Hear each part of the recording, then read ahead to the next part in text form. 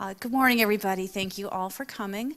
I'm Liz Hedreen. I'm president of the Lake Washington PTSA Council. And one of our missions as a PTSA Council is to provide relevant resources to our community.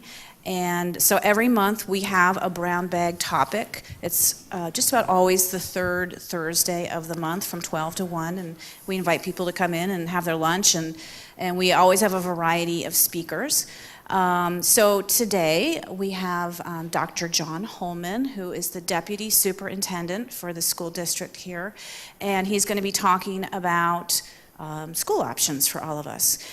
Just to let you know, this is being recorded, so we had so much interest in this, and obviously for some people in the middle of the day is not convenient. So it will be, I think, going up on the school YouTube site, so if you know anybody who wants to be able to see it. But just also be mindful that, if you ask a question, you will be recorded, if that's okay.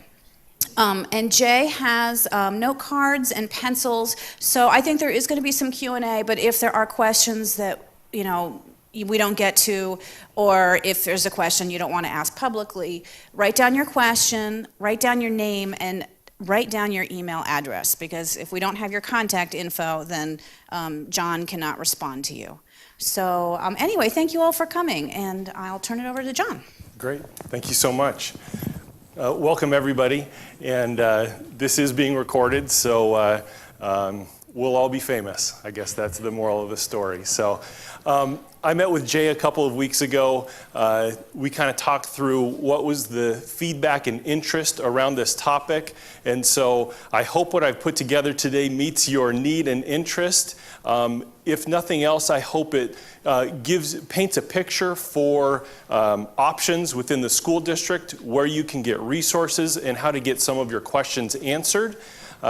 Because we have a wealth of information available. Our schools have gone through processes to make sure that there's information available to the community, whether it's a mailer that we send out on an annual basis to current 5th and 8th grade families, choice school videos that we have on the website that I'll talk about and show you a couple of those later as well. So let's dive into this. A couple of things I want to talk about today. I do want to provide you school district information because choice schools fit into Lake Washington in a very purposeful way. It isn't that they're just arbitrary and capricious and they just sort of happen. There's real reasons why we have choice schools, and I want to talk about that as part of kind of the bigger context of Lake Washington as well. I want to provide you information about the school options, information about specific schools, and then the question of what is right for my child. Just a few thoughts on that at the end.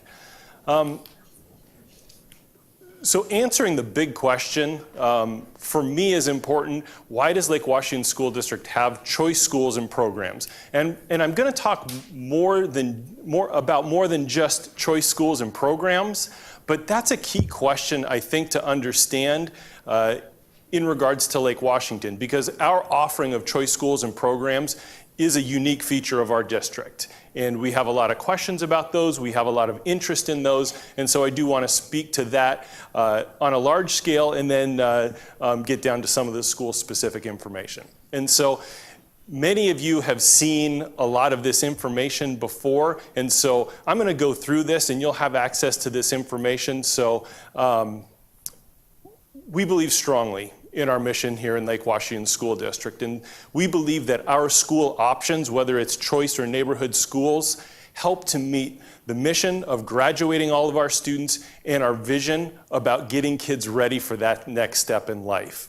And so as we think about school options for kids, whether it's designing a new choice school or whether it's designing a program within a school, new course offerings, anything like that, it's always related to our mission and vision as a school district. We are a large school district. We cover 70 square miles. We have 3 cities, 52 schools, soon to be 55 schools. We're the 3rd largest school district in the state of Washington.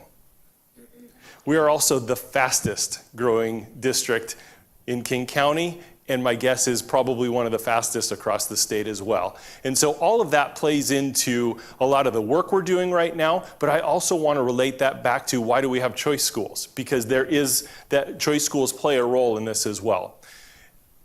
As of October 1, we have 29,572 students, all of which come and see us every day, and all of which we are excited to see every day. We've been experiencing significant growth over the last 10 years. We've actually had 10 straight years of enrollment growth, and over the last 7 years, we've averaged about 700 students annually.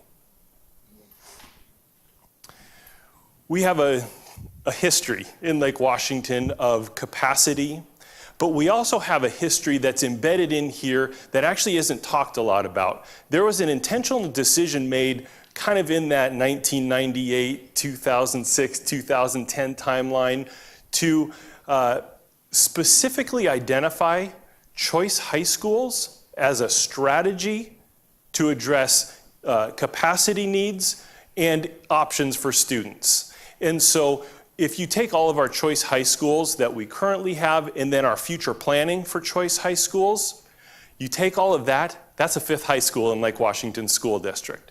And so when people ask the question, well, why don't you just build a fifth high school? Well, the answer is we sort of are. They're just located all throughout the district. And that was an intentional decision that was made a long time ago, and we began to implement that over a period of time. The first implementation of that, ICS was already online. We built Tesla STEM High School, and then you probably can't see it, but in 2014, you can see there's a choice high school that was planned for that bond measure that failed. And that was to continue to address the capacity needs at the high school level through choice options and programs. And so our choice strategy in Lake Washington is really strategic, and we implement it for a variety of reasons. And this is one of those reasons that we actually don't talk too much about, but it is one of those things that it was an intentional decision made many years ago, and we are implementing that right now. In regards to our capacity needs, we had a long-term facility task force that was initiated in 2014. In that, they reconfirmed the strategy of choice high schools to address capacity needs. On the 2018 bond that's coming up, we have a new choice high school, and this language isn't updated on this slide, but that choice high school will be located in Sammamish to address capacity needs in the Eastlake and Redmond areas.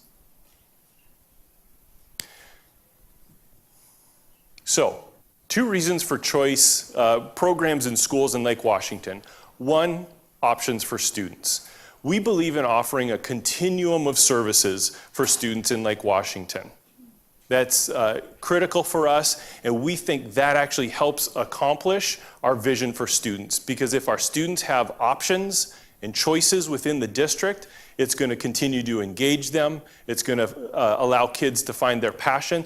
And hopefully, this goes beyond just our choice schools. All of our comprehensive high schools have many options and choices that I'll talk about a little bit as well.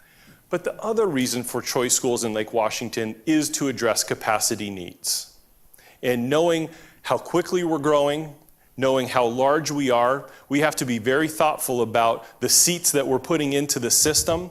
And we believe that we've heard from our community that choice options are options that are viable, that our community values, and that they want to continue to see. And so that's some of the ways that we're addressing that through capacity as well. Okay, school options. We have 2, if you will, types of schools in Lake Washington School District: neighborhood schools and choice schools.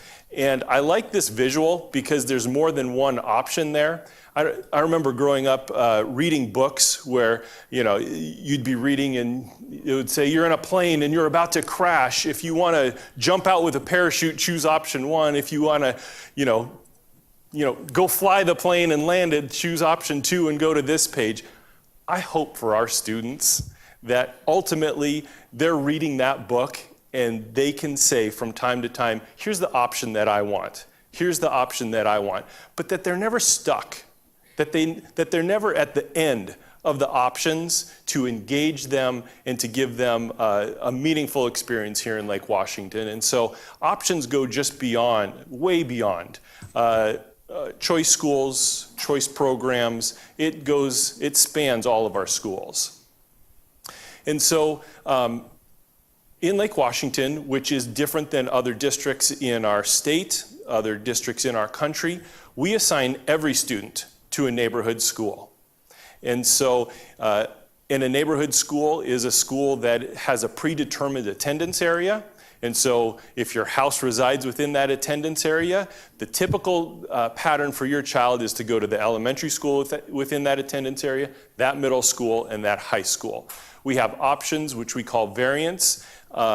If a family wants to choose a different neighborhood school, they can request to variance to another school. We don't have a lot of availability right now for variances, but we do offer that as an option as well, and those are granted on space availability.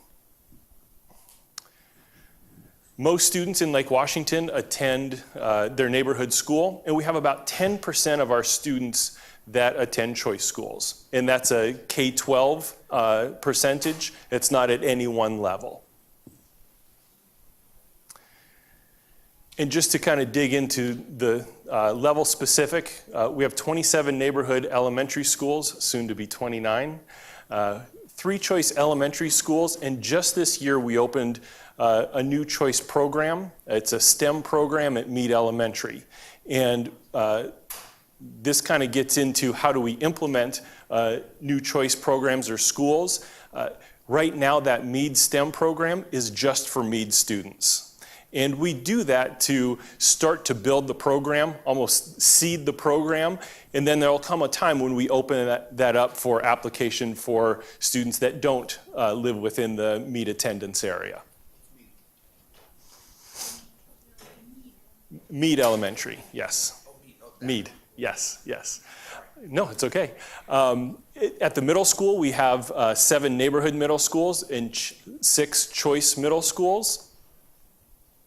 And at the high school level, we have 4 comprehensive high schools and 5 choice high schools.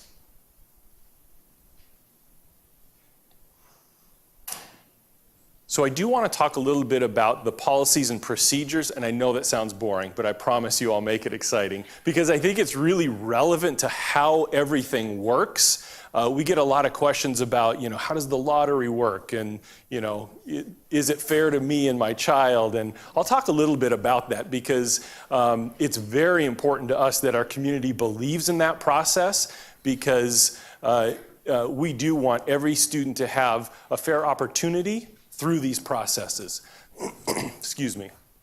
And then I also want to just do some compare and contrast around the similarities and differences between our neighborhood schools and our choice schools, because there are distinct differences that I think you as a parent need to understand as you're helping your family, your child, make considerations about potentially attending a different school.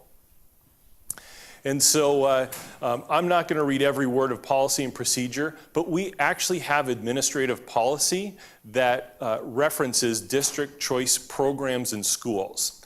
And why is that important? It highlights the importance to us. We have set in place how we want to interact with policy, with choice schools and choice programs, how we want our community to understand what we're thinking about in regards to choice schools and choice programs. And one of the greatest ways we can do that is to say, here's policy that we hold ourselves accountable to in regards to this very important issue. And so our policy outlines a little bit of our vision for choice schools, and I want to unpack that a little bit.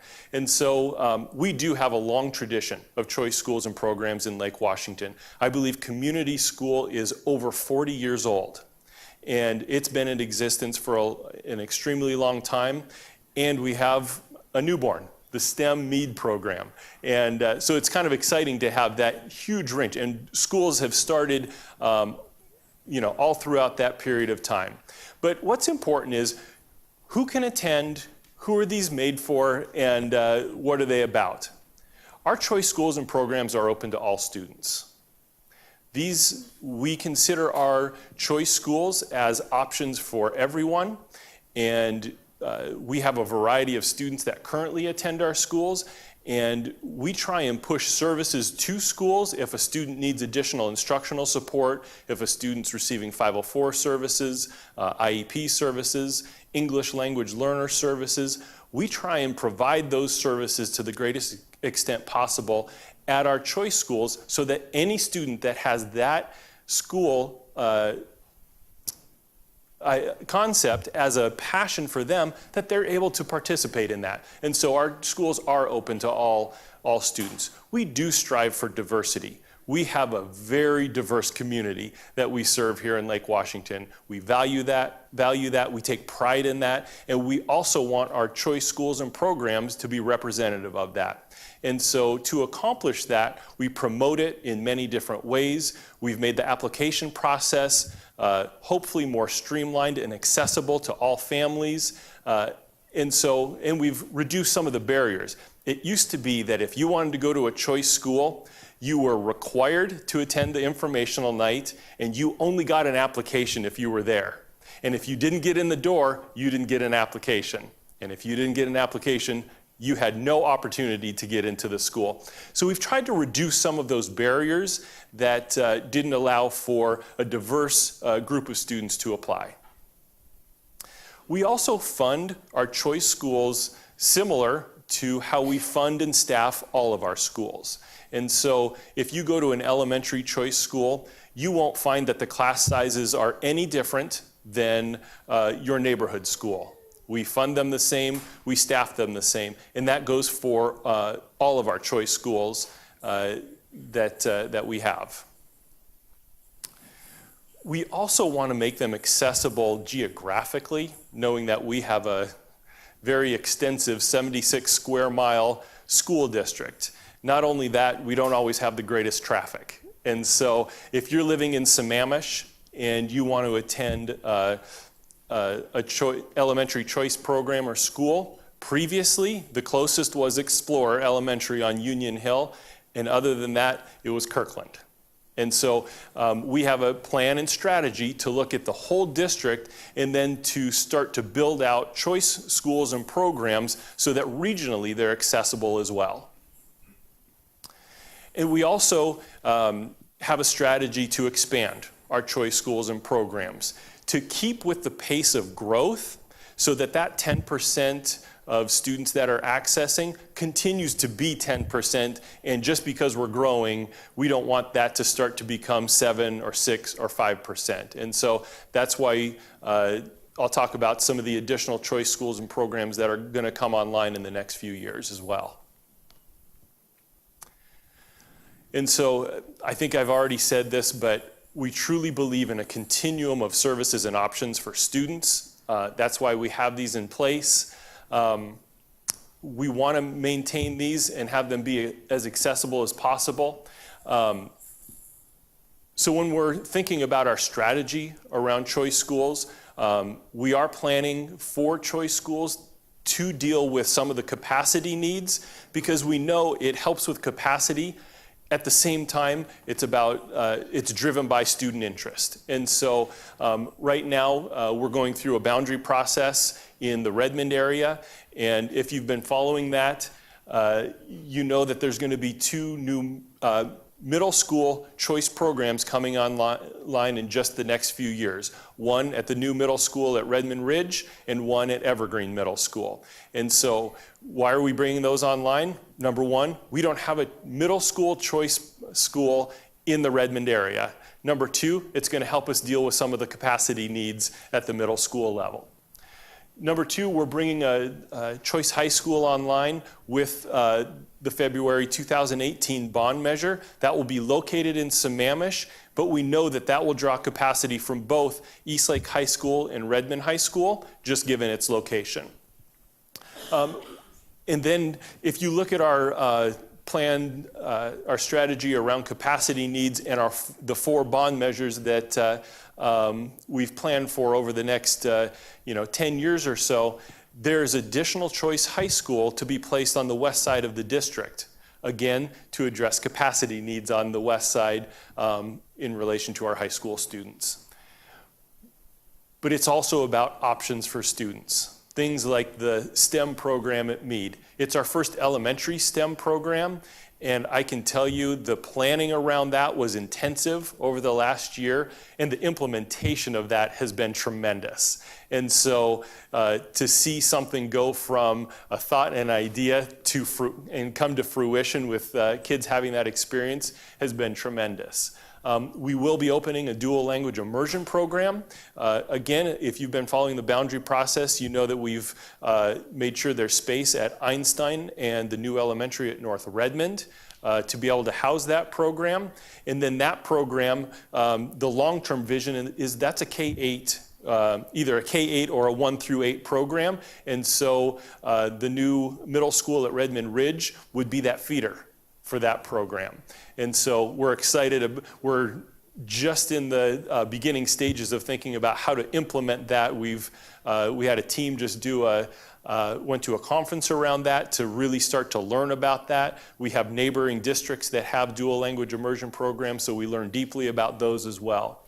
And then our new middle and high school programs that I referenced above that we're also using to address capacity needs. Anytime we open a new program, if you've followed our program surveys that come out in kind of that February, March timeline, we always ask our community, what are the interests that you have in choice schools and programs? And so we do that on an annual basis so that we always have that information anytime we're considering opening a new program. And so to get into some of the similarities and differences between our neighborhood schools and choice schools. So some of the similarities, the academic standards, we use the same standards at both our neighborhood schools and our choice schools. You will find academic rigor at all of our schools in Lake Washington School District. The support for different learning needs that I referenced before. Clubs and activities, you're going to find those at all of our secondary schools in Lake Washington. But there's also some distinct differences, and differences doesn't mean better or worse. I think that's a key point to this as well. There's just differences, and I want to unpack some of these as well. Entry to the school. If we have a new family move into our district, they can go to their neighborhood school that day and register, and they're enrolled in that school and they can get started. For a choice school, it is an application and lottery process, and we use the same timelines every year around our application and lottery. We put that on our website, and I'll talk about that on the next slide. The academic options, what's interesting is you're going to get more choices at your neighborhood secondary schools than you will at a choice school. If you're choosing a choice school, you're getting a very narrow band of academic options. And that's why it is so critical to evaluate the school and to truly understand, is this the academic interest that my child has?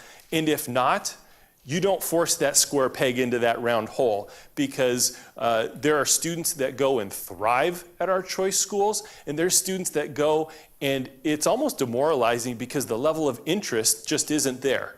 And so it's very important to understand what are the academic options that my child's going to be, that are going to be made available to my child. Sports and activities. That's another interesting option for students. At our secondary schools, you're going to have every competitive and intramural option, where at our choice schools, some of them have intramural options. And so those are just distinctions that you're going to have to weigh with your child as you think about this. Now, if you have a child who's interested in sports, if I go to a choice school, does that mean I can't participate? Not at all.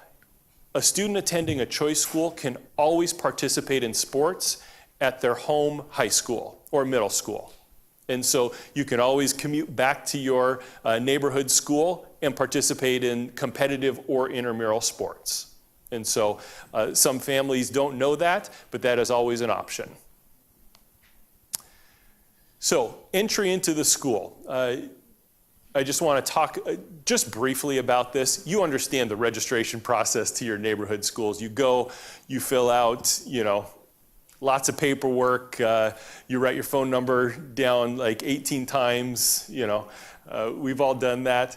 But for our choice schools, we open the application around mid-December, and we do that so that families have that time during the break, and they have enough time to, as they're really starting to evaluate which schools that they would be interested in applying to, that they have time to evaluate and get the applications done.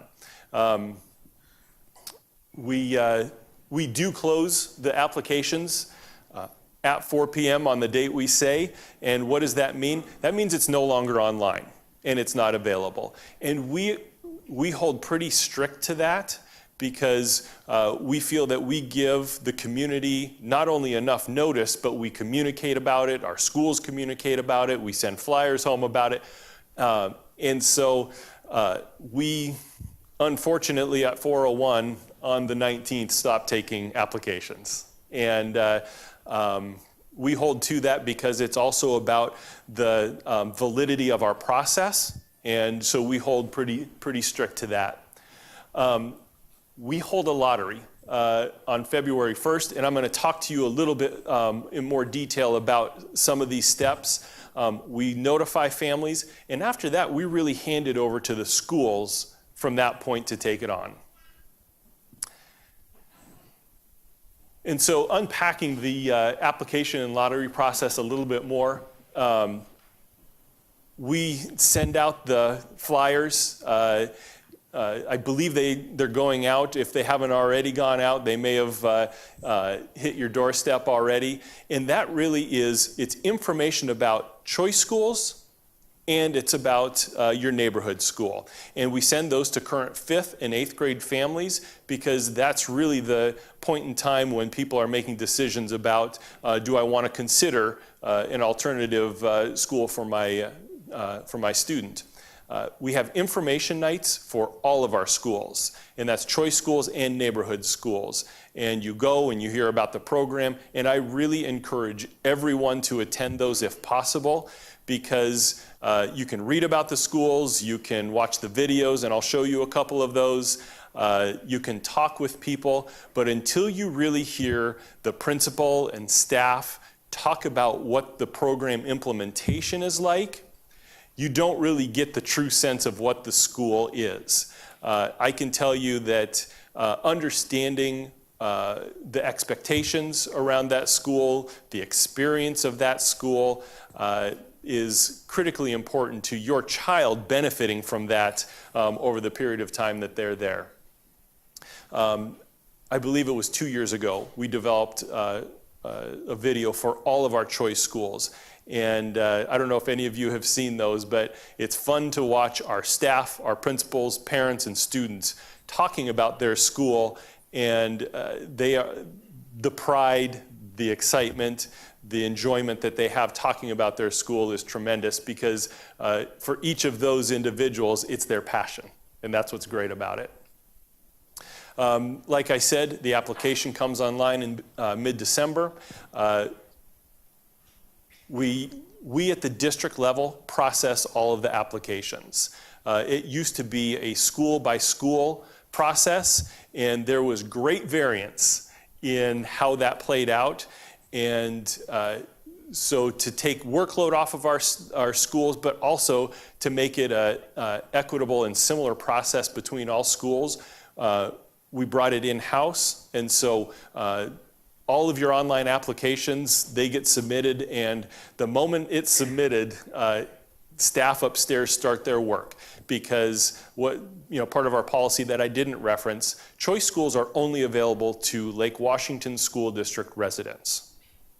And many times we have people from out of the district trying to apply, and so we're doing address checks, and we're doing all of that work, trying to do that ahead of time before the lottery, because we don't want to notify a family that, hey, you're into a school, and then, oh, sorry, you're not. Because that's not fair to their child, it's not fair to them, and so if we can do anything ahead of time to be able to navigate that, we do. And so We're processing all of that information before the lottery to the greatest extent possible. And then at the central office here, we run the lottery. And for many years, I personally ran the lottery, and I've handed that off to Director Heather Sanchez, who some of you might know. Now she's the one who is in charge of running the lottery. And I'll give you some of the detail around that, just to be transparent. We run it by grade level. We take the list of students that have applied to that grade level, we put them in alphabetical order by last name. And then we have a random number generator that assigns a number to each student. And the top, however many, gain entrance. The next set are on the wait list. And we do that for every grade level, for every school. And there's multiple people in the room ensuring that the process is being followed, and we all sign off on it, and we keep those records because it's important to us to have a valid process that we're fine communicating to our community and talking about. Now, what I love about our community is I've had conversations about the different methods of calculating a random number generator. That's how bright our community is. I believe there were 3 valid methods that you can use, and we have selected one of those methods. But after we conduct the lottery, we do push notification to all families, and it takes about 2 to 3 hours to be able to get over 8,000 communications out. And we've developed a system to be able to mail merge and get that information out to families. In my estimation, that's pretty quick to get that much communication out so that parents have really quick turnaround from when they know the lottery is happening and they're waiting for that answer and till they get that. And once we hit send on that communication, that's when we say, schools, here's your application, lottery, and enrollment list. You take it from there. And then from that point forward, you're receiving communication from the schools. They're going through the wait list. They're having to communicate with one another because once you accept placement at one choice school, you're removed from a wait list at another choice school. And so you can be on multiple wait lists, but once you've selected enrollment in a school, then you're removed from all other choice school lists. And those are processes that are pretty fluid, and there's times where the wires don't connect and we have to deal with those situations individually. Like literally, someone was on their way to a school to talk about enrollment, got a call from another school about enrollment. I mean, you like can't make the stuff up and figure out enough rules around this. So we try and be as reasonable as possible, but have some pretty definitive rules about the processes and procedures. It's all outlined in our policy and our procedure. If you want to get down to that level of detail, and if you're going to apply, I would recommend reading that and understanding it so you kind of know what rules we're operating under as well. Talking about academic options, I just went through a few of our neighborhood high school course catalogs and 2 of our choice school course catalogs. And I think my first comment is, it is riveting the level of engagement that our kids have with high-level, rigorous, very intriguing courses in their high schools, no matter what school they go to. And so you can kind of see here, if I go to a neighborhood school, I have many more options to choose from. If I go to a choice school, many of those options are already selected for me. That's not good, that's not bad. But it's important to understand, if you have a child that has this array of interests, then you might want to think, is having them attend a school where this strand of education is highlighted and really going to be the focus of their 4 years of high school, their 3 years of middle school? And if not, then it's about how do I then help my child select options at their neighborhood school? I've been in classrooms in all of our schools, and the level of rigor and engagement that our students have, you can find that high level at any of our high schools. It is remarkable what our kids accomplish, what our kids do, the performance that they're able to achieve. And so, again, this isn't a good or bad list. This is just eyes wide open as you're making selections for your children. You can get to course catalogs on each school's website. And as you're thinking about this, particularly as you start to get into the high school consideration, I would go to a comprehensive high school's course catalog to see what do they offer, and what do they offer at the choice school that I'm thinking about, and how do I evaluate this? Talk with your child about it, because there's distinct differences, and understanding those is going to be very important for you as a family. So getting down to some of the information about our specific schools. We are aligned in Lake Washington School District in, it's essentially feeder patterns. We call them learning communities. We have 4 directors that oversee each learning community, and a learning community is the K-12 feeder pattern up to the neighborhood high school. Each of our choice schools also, if you will, aligns with a learning community, because there's administrative support, not only the directors here, but in special education, we align our associate directors to provide support for that K-12 continuum. As neighborhood schools are transitioning students, they're having conversations from elementary to middle school to high school. I think that's a key difference also between neighborhood and choice schools, because if my child's attending a elementary choice school, he or she might go to middle school across the district where their peers are going to that middle school and that and so the kind of the articulation between choice school to next school for a child, it's different. And so that's also one of the differences between choice schools and our neighborhood schools. In talking about some of the school options, I'm going to talk primarily middle school and high school. I'll just give you a brief overview. At the elementary level, I talked about the Meade STEM program. The other 3 choice schools are all community-based schools, meaning that what's the emphasis at those schools? It's about really a community helping to educate kids. High parent involvement, lots of activities that families participate in together. You see parents in the classroom helping to provide instruction in different areas. And so it's really about the community wrapping around kids and supporting their learning. And so those schools are around 75 students each. And we currently have 3 of those, and now the new Meade STEM. So I'm going to talk primarily about middle school and high school options. I know it seems like an odd question to ask, who's in charge of choice schools and programs, but there's something critical here that I want you to understand. We have a policy side to choice schools. And Heather Sanchez, she's our director, Accelerated Programs, Choice and Innovation. So if you have a child in Quest or AP, you may know her name, because she also runs those programs as well.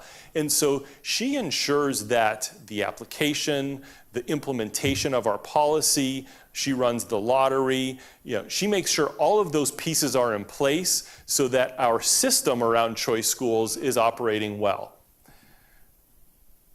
But there's also the leadership and operation that takes place in our choice schools, and our directors of school support, who align with each of those learning communities, they directly oversee the choice schools as well. And so if there's a question around a concern that a parent has, and if it needs to go beyond the principal, the director of school support would help with that.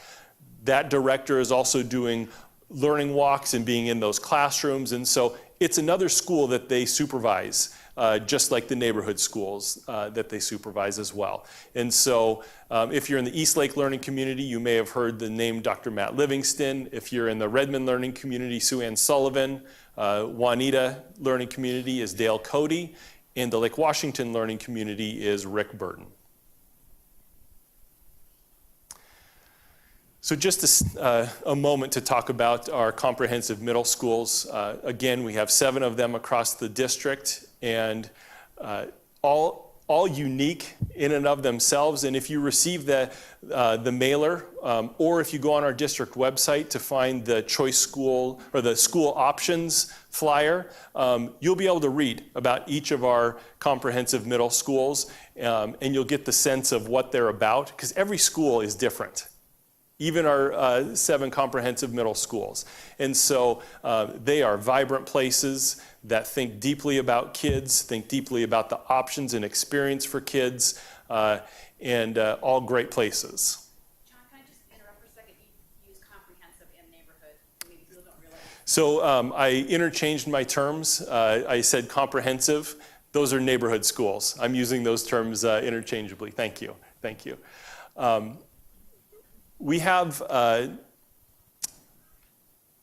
6 choice middle schools. I have 5 listed here. We also have a parent partnership program. It's Emerson K-12. And so students that may participate in homeschooling but also want instruction in public schools, it's that type of program. And so I didn't list that because that's a very unique strand of students that are accessing that program. And so, like you see here, we have Environmental and Adventure School located on Finn Hill. It's actually located within the same building as Finn Hill. When we rebuilt Finn Hill a number of years ago, we built the Finn Hill campus, and then we actually built a portion of Finn Hill for EAS. And so they have their own wing, if you will, their own entry, and so it was developed specifically for EAS. Renaissance School of Art and Reasoning is located in Sammamish. It's on the East Lake High School campus, so it's a middle school located on a high school campus. They have their own modular complex on the campus, and so it is separate from the high school. And one more piece I want to talk about environmental. One of the interesting things and differences between environmental and Renaissance, because environmental is on a middle school campus, the EAS students, if they need, can have access to the Finn Hill courses as well. And so that's an important thing to understand. And that's the same for Stella Scola, which is located at Rose Hill Middle School. International Community School, that's actually a 6 through 12 program, so you'll see that listed on both the middle school and the high school list. It's important to know that really the entry point for ICS is 6th grade. If you apply in 9th grade, you're still competing with the wait list of students that applied in 6th grade. And so if that international education is key for you and your family, then thinking about ICS and at 5th grade is going to be really important. And then North Star is located on the Emerson campus, and the Emerson campus has 3 schools. It has Emerson K-12 that I just talked about, has Emerson High School, and that's a high school that actually it's developed around students that they're not finding success typically at their neighborhood high school. It has 8 quarters instead of 4 quarters. So they still have their 2 semesters, but their grading period is a little bit different. But we also have North Star, which is a middle school. They actually, it's a very rigorous academic program at North Star. And so I wanted to just give you a glimpse at one of the videos around middle school. If you haven't been on our website, we have videos for all of our choice schools. And so these are about 3 to 4 minutes long. I thought it'd be interesting for you to see just to get a flavor of two of ours. And so I have one middle school video and one high school video that I'm going to show you.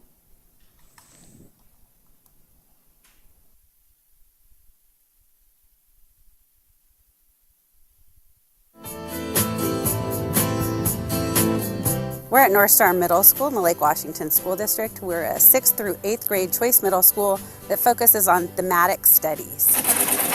The Middle East at the time of the start of World War I. It's a nice balance of high academic rigor, but also enjoyment of learning.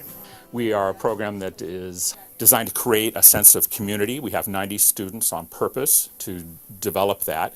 We have mixed age classes, and classes are centered around themes, more the way a college structures its curriculum, rather than forcing all students to take, for example, a 7th grade English class. They'll have a variety of different options within the English curriculum. We get to be independent and choose what we want to do and learn about that. I've been taking a class called Brain Power, and it's like a neuroscience class, and it's really helped me discover that I love biology so much. It really allows the students and teachers and families to develop bonds and focus on student growth over the course of a 3-year program. What do you feel like you guys got out of it? We don't have to start over every year. We can build on the relationship from where they ended, the progress they made in 6th grade to 7th grade to 8th grade, and it really gives an opportunity to focus more on the learning and being able to support and help that student with whatever strengths and weaknesses they have. The teachers are very good at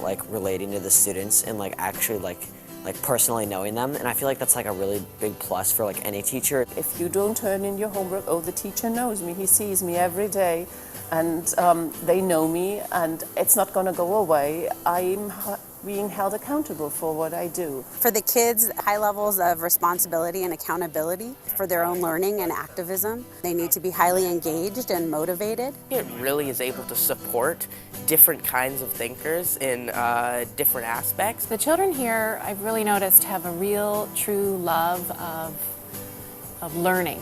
Not necessarily studying, but learning. So they're very self-motivated, and usually the programs that they're presented by their teachers are very interesting. They're learning how to film things, they have very interesting writing projects. They take those things out into the world through monthly field trips. I was very grateful that parents were invited to play a role in it, and that parents are invited to be a part of this community.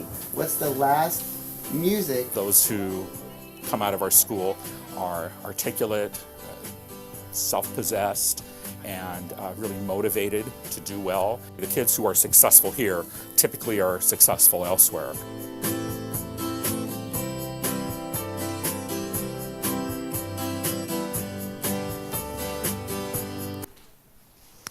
So a short snippet of one of our choice middle schools. I think you can kind of get the flavor of that school just from watching that. And there's more that you can get from that. I did just look at the time, and I just want to make sure that we do have some time for Q&A. I'm happy to stay for a few minutes past 1 if there are questions. So we do have our, and I should have said neighborhood, you're right. Our 4 high schools, Lake Washington, Juanita, Redmond, and Eastlake. These are unique schools. Redmond and Eastlake are on the verge of being 2,000 student schools. That sounds like a tremendous amount. Our schools do a lot of work to make school feel doable, to make sure that there's adults that connect with kids, that there's the resources and support for that challenge of high school. Because whether you're at your neighborhood school or a choice school, high school's hard. And there's much more than just academics that goes into being a high schooler and being successful in high school. And so all of our schools work to personalize, to understand students, and to really develop those passions in our students as they think about really exiting their educational experience and moving on to higher ed or whatever their next step is. And so our choice high schools, I listed Emerson High School here, which I talked about a minute ago. ICS is one of our high schools, but again, that entry point, the best time for that is 6th grade. Cambridge is a choice program more than it is a choice school. And it's located within Juanita High School, but you gain entry to Cambridge through the application and lottery process. On the Juanita High School campus, we also have Futures. Again, Futures is for students that aren't finding success in typical high school experience. It's located within Juanita High, and so it's really shared between Juanita High and Futures in supporting those students. And then Tesla STEM High School. It's our only standalone choice high school at this point in time. And I'll get this wrong, but it's probably about 6 years old, 5 years old. They just had their first graduating class just a couple of years ago.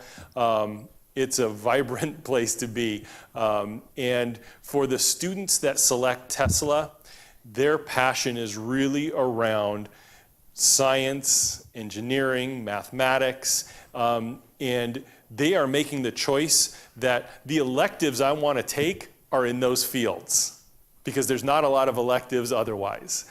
And like I said before, that is the perfect fit for some students. And for other students, that is the exact wrong fit. I think what's great is there are times where kids think that's the right fit for me. They go there and they say, you know what, this isn't a match for me. And they're able to always go back to their neighborhood school and find that right fit. And so, it isn't about right or wrong or which one is better or whatnot. And so I do want to show you the Tesla STEM High School video as well. We're at Tesla STEM High School. Our focus is on STEM literacy. We're a physics first school. All of our ninth graders take a physics course. Their sophomore year, all of our sophomores take biology and environmental science. I think most students take almost 2 years of engineering or computer science, and that's required. Such that once they get to the junior and senior level and are able to take any one of the 4 integrated STEM signature labs, none of those programs are offered at other high schools. Here you got 2 ridge lines. It allows students to really take the learning and the foundation pieces that they got in the 9th and 10th grade that actually aren't traditionally offered as requirements at least, and do something with it. I was intrigued by the emphasis on science and labs and immersion into the science work field. Now, where is your payload? All the teachers have been really good. They're very enthusiastic, and they show a passion for what they really enjoy and what they like, and I think that's really passed on to my sons. They come home and they're all excited about certain things they hear about in school or talk about it, and all the teachers, including the English teachers and math teachers and science teachers, and the passion they show just really brings that out in them and makes them want to just learn more and follow some pursuit in that field. Or like, should we go up to like, no! We have a very collaborative staff, and we have a wonderful principal that really fosters our professional growth and allows us to create really amazing programs. We do problem-based learning as one of our main instructional best practices. We marry that up with STEM internships for our juniors and senior students. Just the internships alone, just bringing in different adults to come and talk to the kids, that's a huge piece. So the kids are hearing real world applications, and they make those connections between, what is it going to take for me to also do this? How am I going to get to my next step? The amount of opportunities there are. Whether you want to compete in science fairs, you want to do business, you want to do some form of unique engineering classes, courses, environmental sciences, STEM really has it all. So competitions are definitely one thing that make the Tesla STEM experience unique. Tesla STEM gives, in addition to a solid, rigorous academic program, they allow us to extend our passions in lots of different extracurricular competitions, activities, clubs. This school allows you to take your STEM interests as far as you want to take them. So if you want to do a competition, if you want to do robotics, if you want to work on rockets, if you want to work on a biomedical engineering project, you will be able to find people to help you work on that. You'll be able to find classmates that want to work on that with you. You'll be able to get equipment. You'll be able to find funding. The sky's the limit.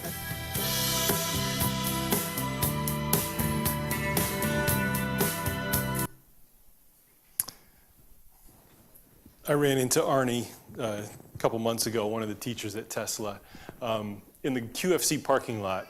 And I think this is what makes many of our teachers unique. It took me 30 minutes to break away because he was talking about engineering. He was talking about the relationship with physics. It's what a lot of our teachers, choice and comprehensive, they live and breathe this stuff. And so I think you can see some of that passion coming through in there, and just the kids and their working and all of that is tremendous. I want to conclude by trying to answer the question for you, what is the right school for my child? I think it starts with this, because there's not, I can't tell you what's right for your child, but I think it's about asking yourself the right questions and then causing yourself to do the right homework to be able to truly evaluate. I think number one is having a good sense from your child what their interest is. Because once you align their interest with the right school or the right pathway or the right options, that's when you've made a really good decision. I think, what are your goals as a family? I know there's many families where engineering is in their blood. And so it just makes a lot of sense for that family to make those considerations. There's other families that the arts are in their blood. And many of these schools, maybe they're not the right option for that child. Do you understand the course of study? And by that I mean, do you understand what's going to be asked of your child? And not about the level of rigor, but around the content, around your involvement in the experience, their involvement beyond just the school day in the experience. It's important to understand all of that. Do you understand what's going to be asked of you? And then two questions. What are you going to give up by going to a choice school? And what are you going to gain by attending a choice school? And as I thought about evaluating something for my own child, these are the questions that I would hope I would answer in making such a big decision for my child or with my child, but also knowing there is always additional options available for you as a family here in Lake Washington. And so the bottom line, I don't think there is one right answer, but I hope today has helped you kind of think about what's available, some of the processes, where some of the information is, that there's, while choice, you're choosing a kind of a slice of education, where our neighborhood schools really are about providing that comprehensive opportunity for kids, and neither is right or wrong. I flipped through a few of the pictures on our website, and we have tremendous kids doing tremendous things, engaged in their learning, engaged in activities.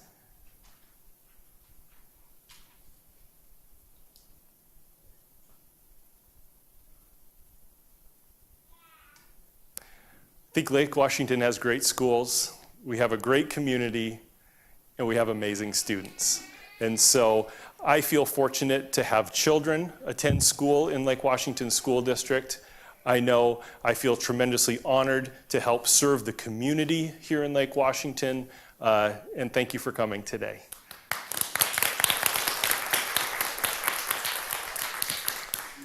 So I'm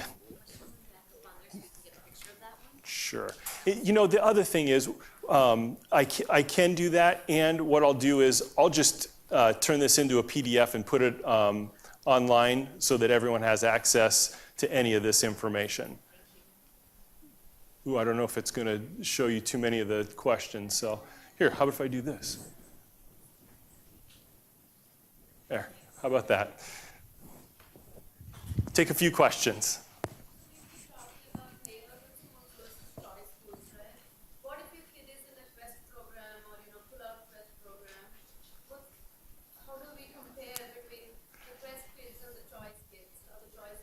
Yeah. So the question is, how do we make a comparison or a decision between Quest and a choice school? And the purpose, there's two different purposes to those programs. One is for gifted and highly capable students that have demonstrated through testing and other means that their need for a different level of academic rigor is different than their peers. I would be remiss if I tried to even guess at how many students percent-wise are receiving gifted and talented services here in Lake Washington. I know we have a pretty good percent, but to actually make that comparison between the two, they're serving two different needs, if you will. And so our choice schools, the intention isn't to be gifted and talented programs, although you'll find pretty rigorous experiences at our choice schools. And so I think it would be determining the difference between, understanding that course of study at the choice school and understanding what experience your child would receive, and it's really middle school for Quest, and kind of just weighing the pros and cons. So I can't offer you the right answer to that one either, but it's just kind of understanding what would they get out of a choice school program, but then also understanding they would probably be giving something up in terms of kind of the extension of their academic experience if they weren't in Quest. So.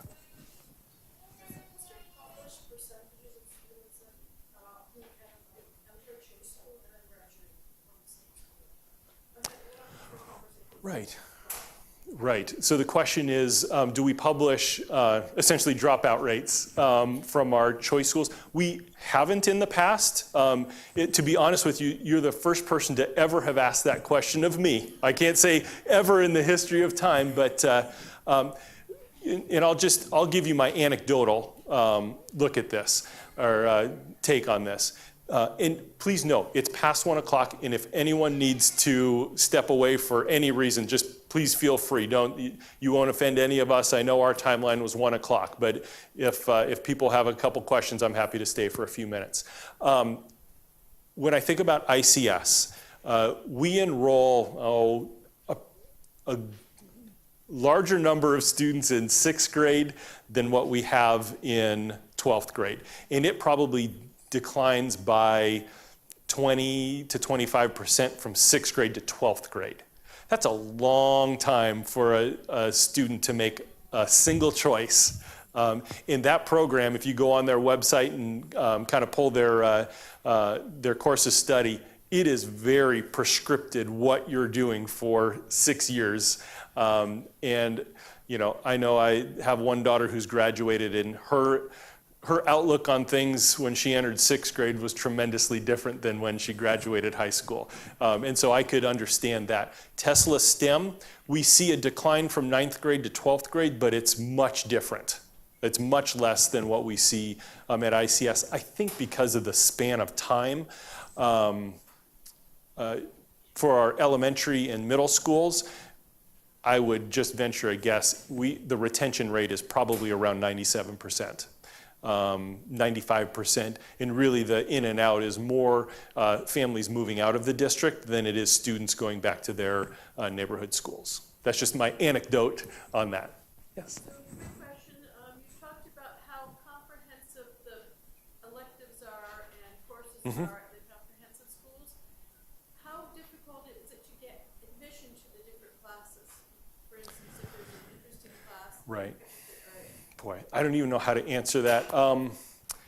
So I'll talk process and see if that kind of gets to some of it.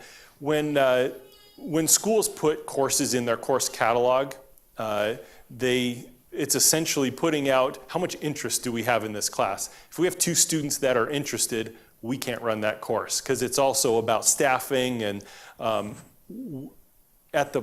at about the 24 mark is when we can essentially guarantee that we're going to run one period of a class.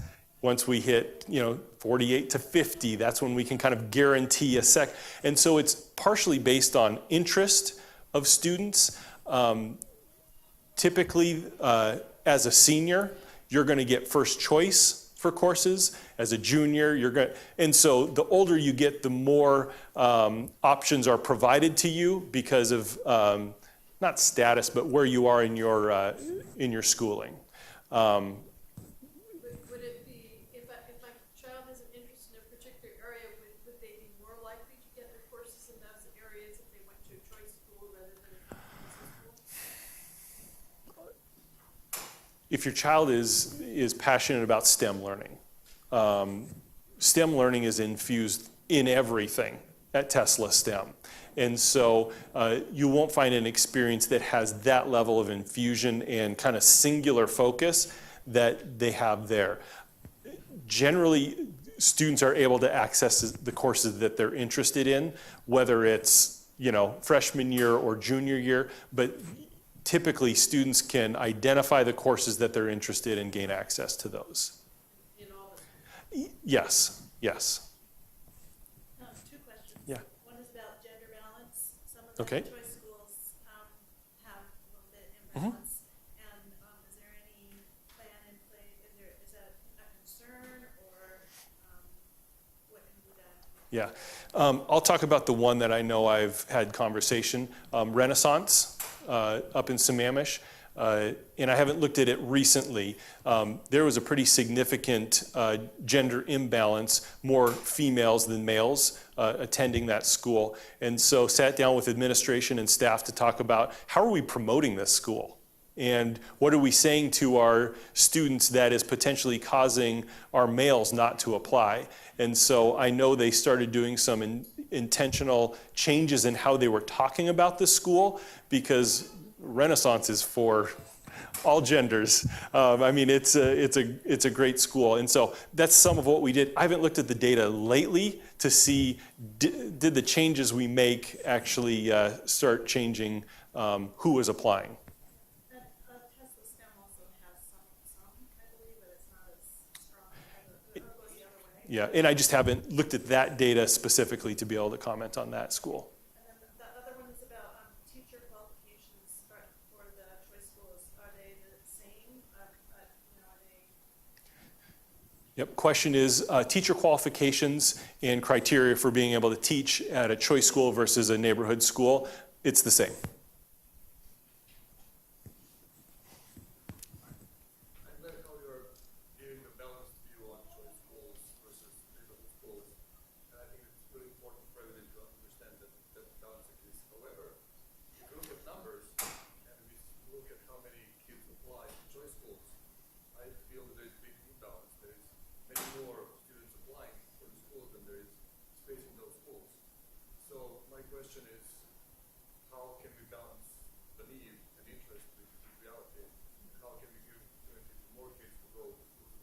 Yeah, and I think I addressed that a little bit early on, that we are continuing to bring on new choice schools and programs, probably not as fast as any of you would like. I understand that.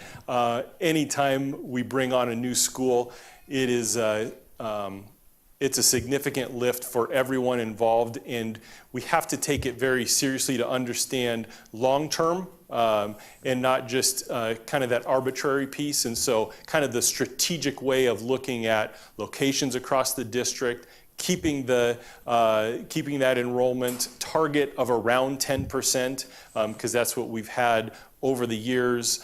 And so we understand the demand. I also know that while wait lists are long at some schools, there's students that are on multiple wait lists, and so they're not as long as they appear, even though I know that they're long. And so I think the best answer I can give you is we're working to bring more choice schools online. That's a long-term answer to a very short-term request. I understand that.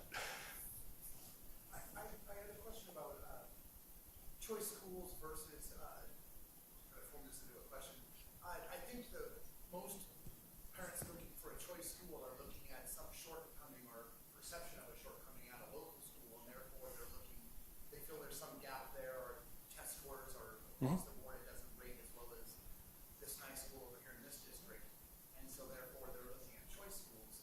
Is lottery you mentioned like variance, and so if for example, for me, language is important. issues really not touched or delved into too deeply. So, as I understand it, it's lottery or you live in that area. That's going to allow you to go to choice school. You mentioned variance. Yeah. I don't think any schools are underattended or have that Right. extra space. Right. So is that even real? Yeah, so I'll try and clarify. I think there's three things there. Attendance areas are for neighborhood schools only. Variance is for neighborhood schools only. To get into a choice school or program, it's application and lottery. That's it. And so then that's where we're all at, kind of, is that you have to have faith in that process, and then you have wait lists, and then how long or how soon you start the wait list. So, for example, if they're in 5th grade, they need to go to middle school at 6th grade. Right. You would start at 5th grade and just hope for the best ongoing. Correct. Okay. Yep. Yes. I have two questions, actually. First one is going to choice school will affect the admissions to the university or the college, meaning like the course load that any college or university need to find. As I understand, the choice school has more like focused courses, but not like the big picture ones. So after that, when the student go to the college or the university, I think they have like prerequisites for certain number of courses. So how this will be measured? Like if I go to choice school, that means when I go to college, I have to take more courses than the people graduating from the neighborhood school. And how is like the acceptance rate from the university? Is there a difference between the public school or the regular school and the choice school? All great questions. That's my first question. The second question, you mentioned something about new school coming in 2018 in Sammamish, since I live in Sammamish. I just want to know, is it a real school or it's an online school? Yep. You had more than two questions. That was like, that was 9 questions wrapped into 2. I'll try and answer all of it. We have students going to the most prestigious, rigorous colleges from every one of our high schools. And so, again, whatever high school your child goes to, they have the opportunity to get to any college or university from their home high school or their choice high school. I get the privilege of attending our board meetings, and we recognize our national merit semifinalists and finalists and scholars, and I'm always in awe of the amount of students from all of our schools that are meeting those very high academic standards. And so your child isn't at an advantage or disadvantage by attending a neighborhood school or a choice school. Like I said, there's actually more options at your neighborhood school. Many of our choice high schools have an honors and AP track, if you will, for the majority of their courses, where you can access, probably more than you should, AP courses at your neighborhood schools, college in the high school. You can access Running Start, which is actually attending college during high school. So all of those options are available at all of our schools. And so I assure you there's enough rigor and experience. The second was about the high school in Sammamish. So on February 13th, 2018, there's the next election, and on the ballot we'll have 3 funding measures from Lake Washington School District.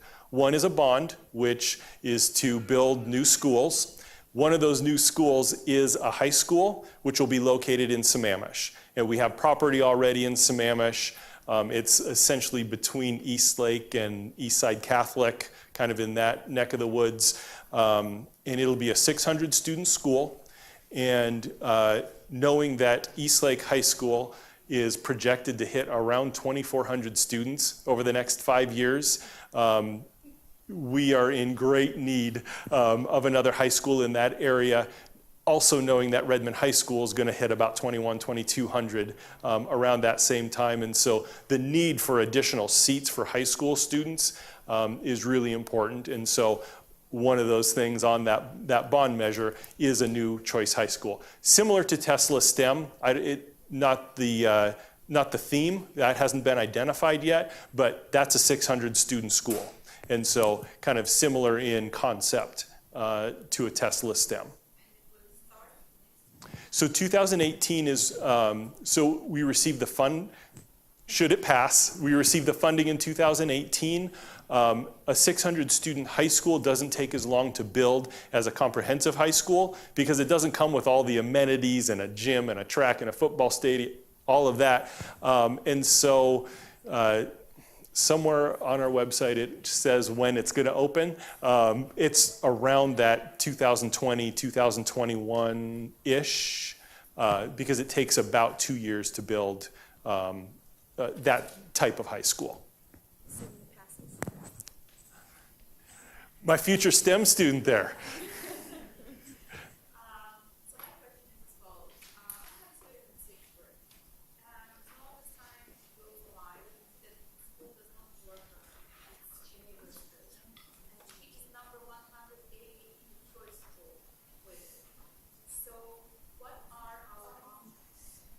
So the question is, my child's attending a neighborhood school. It's not working for her, and she's 180-ish on the wait list.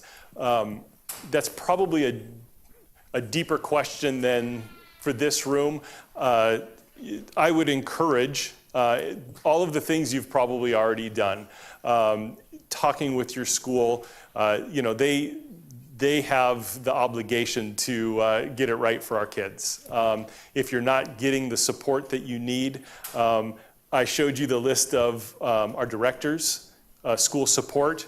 I would reach out to one of them because their primary responsibility is the students attending all of their schools, because getting that right fit and right supports for our kids is mission critical, particularly at the middle school level, because those are not the easiest years. And so I think that's the best I can do in this room right now.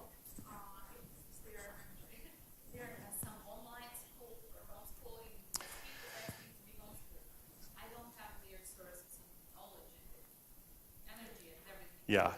There are online academies. As a district, we don't have online academies, but there are academies. One is called WAVA, the Washington Virtual Academy, which is a free online school. I would just offer that talk with a few folks to see if you can get some support, because that option for a child who's not having a great experience at school isn't always the best option, but it's definitely an option. So. Can you talk a little bit more about plans for this? I think you said dual language program, but yeah. Is it a Spanish immersion kind of Yes. When it might open, and are you opening K through 5? Yep. Yeah. Okay. So dual language immersion program. The goal is to have an elementary feed to a middle school program. Knowing that having a fully implemented dual language immersion program takes time, because we can't take 5th graders and expect them to transition to 6th grade the next year and do a full dual language immersion. And so we're kind of planning 3 kind of buckets right now. One is the youngest of elementary kids and how to get them in a dual language track so that they are getting that full experience. The other is kind of the older elementaries and providing them with a language light maybe option so that they can transition to middle school and continue to increase that experience. And then also at the middle school level, how do we start that with 6th graders that may have never had dual language experience before, but how do we then provide some different type of language experience for 6th through 8th grade in the immediate versus waiting 7 years for this to hit the middle schools. And so we're looking at actually starting the elementary programs next year, And so what that looks like, I mean, literally the team is still working on, because I've done a little bit of research. There's so many different models and camps around dual language immersion, and do you do 90%, 10%, Spanish to English, or 50-50, and so all of it. So they're determining all of that right now. And so I think when they have a plan that is solid enough to communicate, they'll get that out to everyone. But the lottery process will start as the other So, part of the choice school lottery. So I don't think so. I think we'll probably do that a little bit later in the school year, and that's exactly what we did with Meade last year. We just kind of held off on that, and depending on enrollment processes for that program, we'll determine, do we expand it out district-wide, regionally, or just at that school site. So It's not necessarily open to everybody in the district. they're still determining that right now. And what would be the feeder middle school? It would be Einstein and North Redmond to Redmond Ridge. Yeah. I have a quick question about the lottery system. Yes. So is that all the district students is together for the lottery, or is the total, all the quota will be equally divided by the 4 learning center? That's a great question. The question is, do we take all of the students in the district and lottery them for a choice school, or do we look at specific learning communities and essentially allocate spots for the learning communities? I think I have 3 answers for you.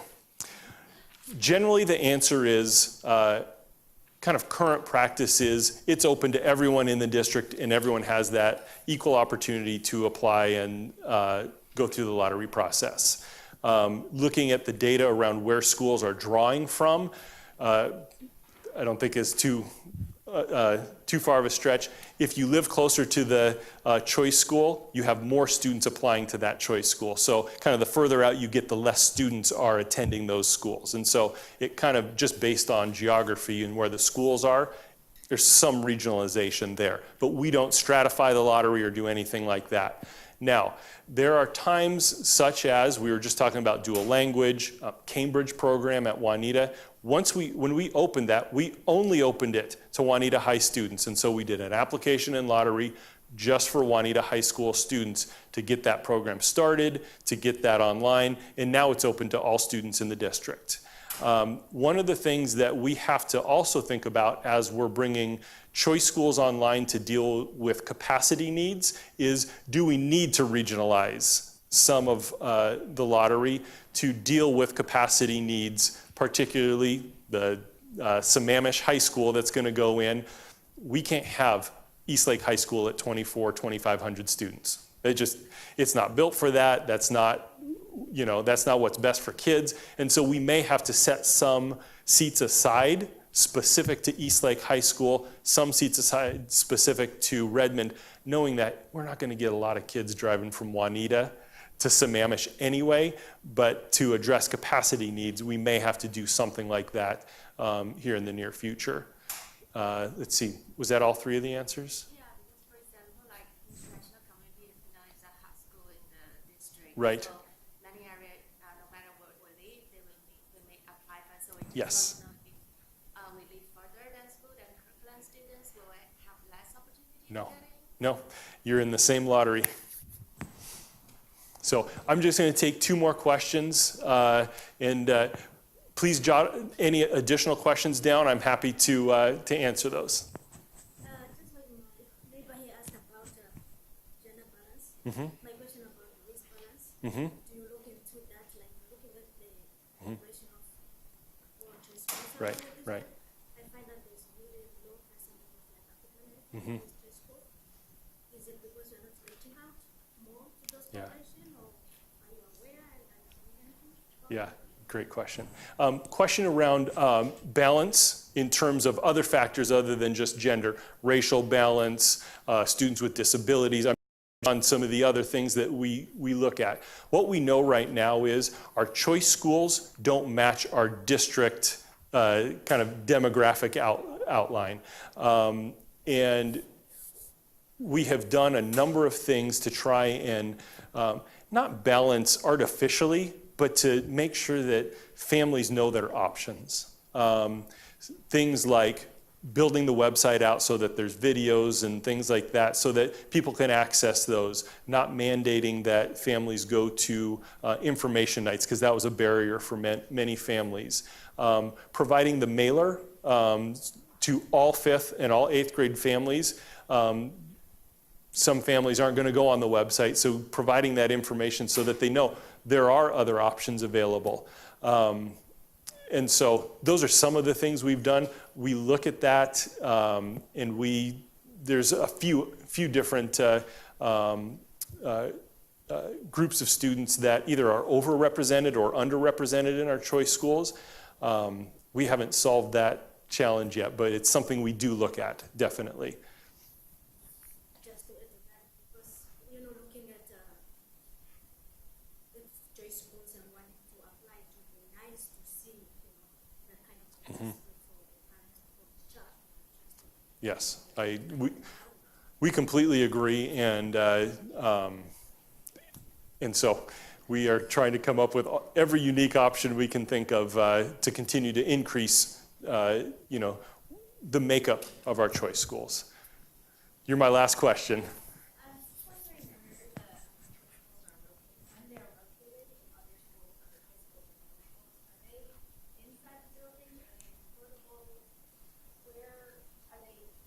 Yep. Are they housed in a separate location? Yeah. In a certain area of the building? Yeah. Let me just kind of run through some of these in my head. I'll just start at the elementary level. Discovery Community School has its own wing in Sandburg Elementary. Explorer Elementary just got its own standalone site. Community School is the bottom floor of the ICS Community School building. At the middle level, Renaissance has its own modular site on the Eastlake campus, where Stella Scola, Environmental all have wings within the Finn Hill campus. They do. Cambridge it's just classrooms within the building during the day. I like my kids to be involved in the school, all integrated in the school. Yeah. Great. Thank you, everyone, for coming today. It was a pleasure. If you